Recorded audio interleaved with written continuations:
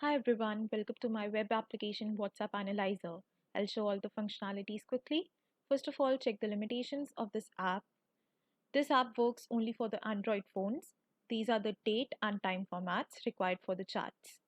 Now, here are the instructions on how to export your WhatsApp chart into text file.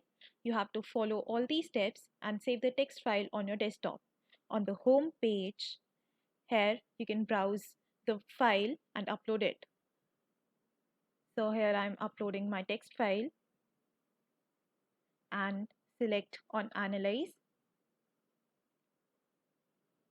Now you can see the different results for your chart, like the most active date and the most active day and the most active month or the most active user.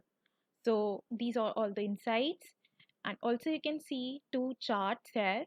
The first one shows the number of messages sent every day across all the years. The next one shows which user sends the most number of messages and the one that sends the least number of messages.